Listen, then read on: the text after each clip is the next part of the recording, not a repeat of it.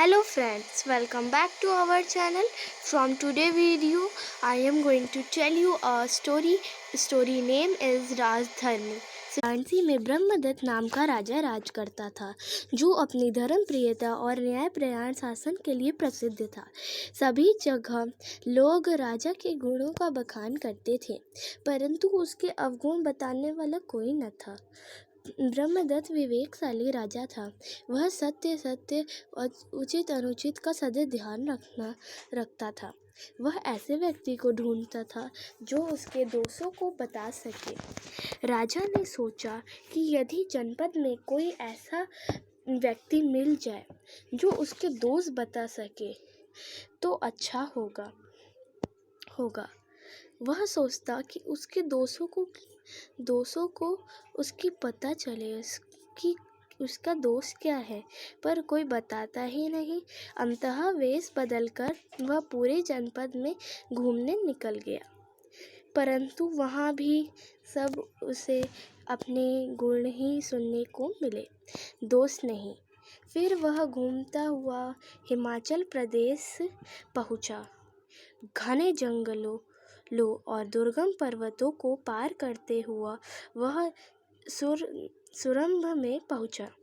हिमाचल प्रदेश में स्थित बोधिसत्व के आश्रम पर जा पहुंचा। उसने उन्हें श्रद्धापूर्वक प्रणाम किया। बोधिसत्व ने राजा का कुशल समय पूछा। फिर आश्रम में राजा एक और चुपचाप बैठ गया। बोधिसत्व जंगल के पके गोदे लाकर खाते थे। वह गोदे शक्तिवर्धक और शक्कर के समान मीठे थे। उन्होंने राजा को संबोधित कर कहा, महापुण्य, ये गोदे खाकर पानी पियो। राजा ने कहा कि हे महापुरुष, आप मेरे लिए गोदे ले आए। फिर बोधिसत्व गोदे लाने जंगल में चला गया और राजा के लिए गोदे ले आए। फिर वह राजा ने गोदे खाए और पानी पिया। उसने बोधिसत्व से पूछा, ये गोदे बड़े मीठे और स्वादिष्ट हैं। महापुण्य राजा निश्चय ही धर्म अनुसार और न्याय पूर्वक राज करता है, उसी से ये इतने मीठे हैं। राजा एक धार्मिक और अन्यायी होने पर तेल, मधु, शक्कर आदि तथा जंगल में फूल सभी कड़वे और स्वादहीन हो जाते हैं। केवल यही नहीं, सारा राष्ट्र ओजरोहित हो जाता है तथा सारा राष्ट्र शक्तिशाली तथा ओजस्वी अगर बना रहता है, अगर राजा के धार्मिक और न्यायप्रिय होने पर सभी वस्तुएं मधुर तथा शक्तिवर्धक होती है। यह कहकर राजा अपना परिचय बिना दिए ही बस उसने कहा, बोधिसत्व को प्रणाम, अपनी राजधानी लौट गया। यह कहकर राजा अपना परिचय दिए बिना ही चला गया। उसने सोचा, अधर्म और अन्याय से राज करूँगा और देखूँगा कि बोधिसत्व की बात में कितनी सच्चाई है। और बोधिसत्व के आश्रम में पहुंचा और उन्हें प्रणाम करके एक और बैठ गया।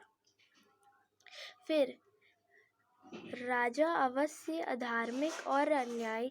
जब बोधिसत्व ने फिर से गोदे दिए तो राजा खाए और वो बहुत कड़वे थे।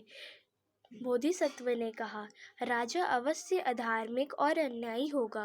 राजा के अधार्मिक और अन्यायी होने पर जंगल के फल फूल तथा सभी वस्तुएं नीरस और कड़वी हो जाती हैं, स्वाद रहित हो जाती हैं। यही नहीं, सारा राष्ट्र ओजरोहित हो जाता है।